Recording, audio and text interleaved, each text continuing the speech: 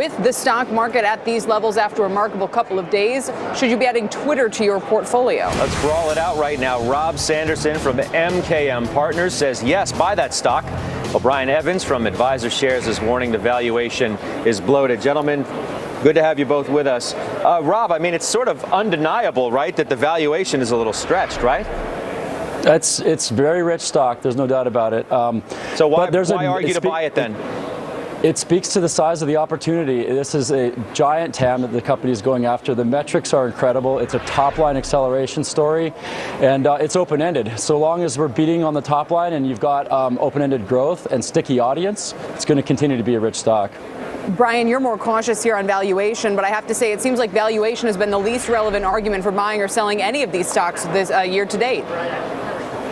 Well, I think this stock is trading at 50 times gross revenue right now. And even with a 70% a year projected annual revenue growth, and at the end of 5 years, it would still be trading at 4 times revenue. So we've seen this kind of thing play out before at the dot-com time period where we were buying companies based upon top-line growth. But when it comes down to it, it's the bottom-line growth that's going to sustain a stock.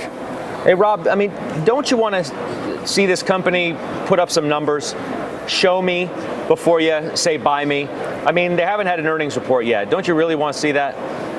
Yeah, that's going to be an important factor for sure. And we're flying a little bit blind without having a report on record, but there's a lot of disclosure in the public documents, and we've seen this story before. It's multiple years of top line. It grows into its earnings power, and we're looking at our feed and valuation in the near term. We miss these emerging growth stories. You have to look out further, see what it looks like at scale and what kind of earnings power it can drive out there in a few years. Sure, and Brian, I mean, isn't there something to be said for the power of Twitter analytics, re-advertising, the kind of stuff that's helped propel Facebook here to be as successful? This is something that could be, a huge growth source for them. Yeah, it's already there, though. You see, it's got a market capitalization of close to $30 billion, so this is not an emerging growth story.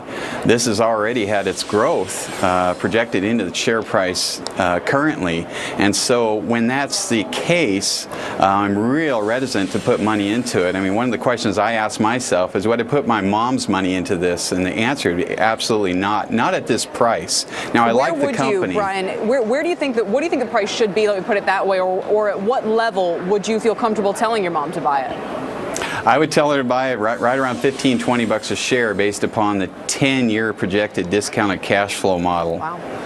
Hey, Brian, why do you think the stock has had this move? It got below 40. Everybody was a bit concerned about it, and then all of a sudden you wake up and you see the stock back north of $50. What's driving it? Is it technical? Is it big money coming into the name? Hedge funds perhaps taking a look at it? What is it?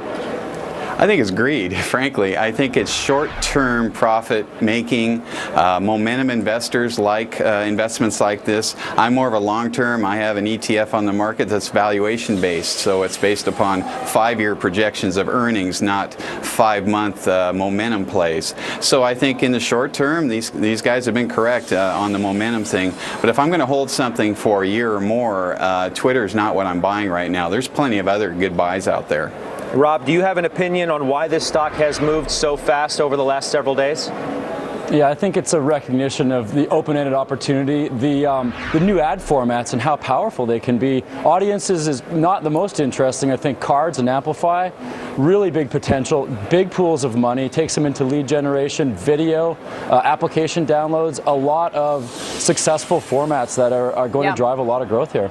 Just real quick, Rob, you heard Brian say $15 or $20 a share. What do you think this company's worth? How much further could it go from here? I think we're looking at a $90 billion market cap in 3 to 5 years. And that implies what for the share price today? That's a triple from here. Wow. So we've got a difference in magnitude between $15 and $150 a share. Incredible stuff, guys. Thanks very much for joining us, sharing your views on that one. Thank you. It certainly puts $52 in perspective, Scott, doesn't it? Yes, it does.